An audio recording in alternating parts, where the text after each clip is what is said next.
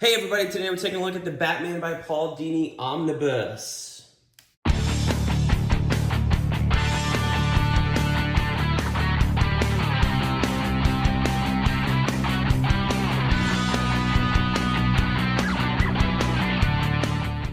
Hey everybody, welcome back to BK's Bullets. Yes, I know it's reflective as shit, but today we're looking at Batman by Paul Dini Omnibus. This is my first omnibus I've ever bought. Why did I buy it? I don't know. I don't really love big omnibuses. Like I've never owned one, so don't say it. I don't like the idea of it because they're really big and thick. Like it was hard enough to read the Invincible compendiums when I had COVID a couple months back, and those are soft covers. And so to read this one is a little bit daunting. But yeah, let's get this book jacket off. So anyway, I've been looking at this omnibus for a little bit because I love the Paul Dini run. Here's the inside flaps matched up. So this is Hush and Batman. Yes, they look like the same person because at some point, Hush, Tommy Elliott, adopts Bruce Wayne's like persona and gets his face changed. But anyway, I love this run by Paul Dini. I loved it when it was coming out. This is the post 1 year later Detective Comics. So you had Face to Face come out back in 2007 or 8, I believe.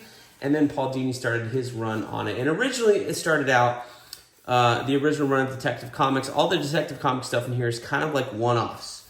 And originally he started out with a couple cover artists. You have Simone Bianchi doing a lot of the covers for that first run. And then you had individual artists come in and do like one-shots. So the first one is wonderful. J.H. Williams III's doing the art. He's phenomenal. Then you had Joe Benitez come in and do like the second one. You had Don Kramer jump on the second one with Roxy Rocket. More Simone Bianchi covers here in this original run. Joe Benitez comes in with the third one. And then this kind of started this arc of like the Riddler turning good as a detective. Joe Benitez there. So after Joe Benitez, it kind of goes back to Don Kramer and it becomes Don Kramer's book. And I love Don Kramer's art mainly because I fell in love with it on this run. Now, Don Kramer, the first time I had seen him, because I wasn't reading JSA at the time, was on the Face to Face arc. So he did half of that. I don't know if he did the Batman books or the detective books because Leonard Kirk was splitting it up with Andy Clark on the other half. But I just fell in love with his art here. This has got to be one of the best single issues ever.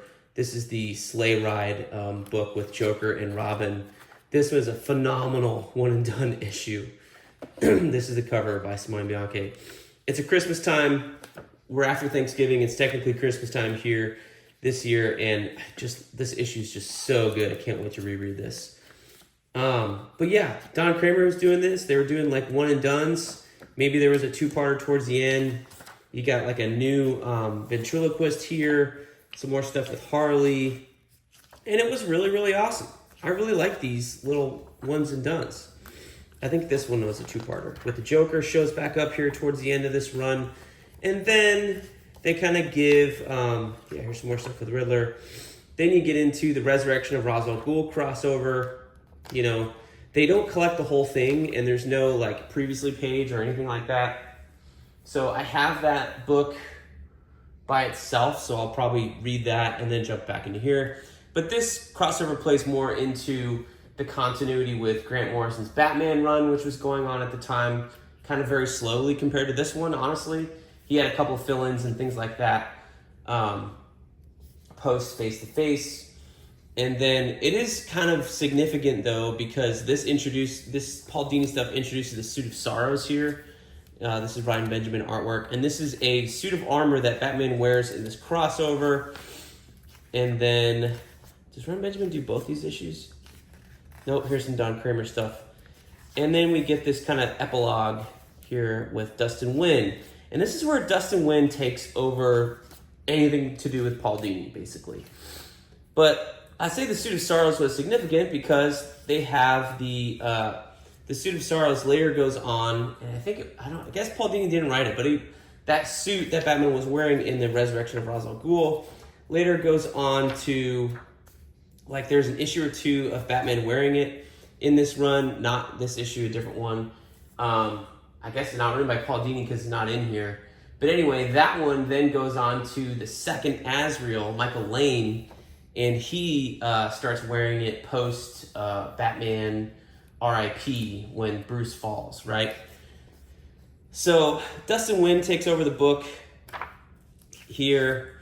This is still before Batman RIP. Bruce is still Batman. And this is, you get into here, and you have the Heart of Hush storyline here. I've already broken in this omnibus correctly like 4 or 5 times, so you can go check that out. And this is kind of where Hush comes back into the book along with Catwoman.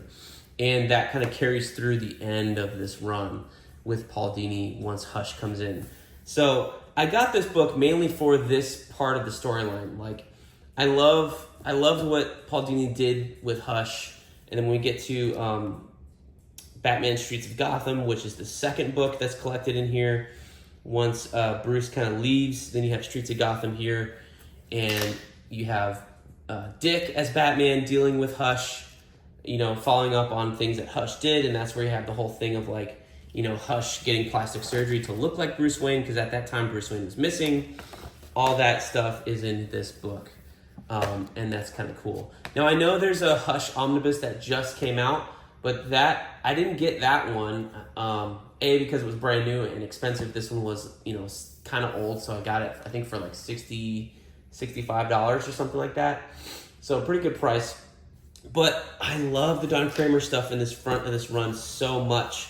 That's what I really wanted to read again, along with the Hush stuff. So that's kind of why I went with the Paul Dini version instead of the Hush omnibus, because A, I have absolute Hush, and then I can go and get the other issues of the Gotham Knights stuff digitally, and then I have these. So that's kind of how I'm going to break up the Hush storyline if I want to read it all. But to me, this run with the Hush stuff is just awesome. I loved it. So I'm excited to reread it again. I don't think I've read it.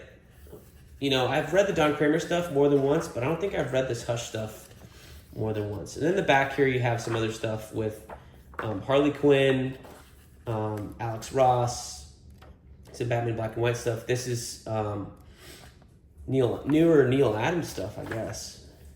Silent Night of the Harley Quinn. I wonder where that was first published. And then a bunch of covers and some layouts and stuff. Mostly Don Kramer and Dustin Nguyen stuff back here. So that's fun. Not a whole lot of extras, but again, I collected this for the oversized Don Kramer one and done portion of this run, as well as the Hush stuff, because I love this just as equally as I love the Hush stuff. And I think this stuff gets overlooked, you know, because there wasn't a bunch of trades of this stuff. There may have been 1 or 2, but I think a lot of it is kind of lost. So some of it's in the Batman Detective trade paperback that's long out of print. But if DC's not going to put anything older out of, you know, back into print for a long, long time, then this was my purchase of choice to read. So that's my first omnibus, Batman, Paul Dini. I'm excited to read it, and we'll get a review in there once I do. So thank you guys for watching. Let me know what you think of this Paul Dini run on Batman, and down below in the comments. We'll see you guys next time in the Funny Pages.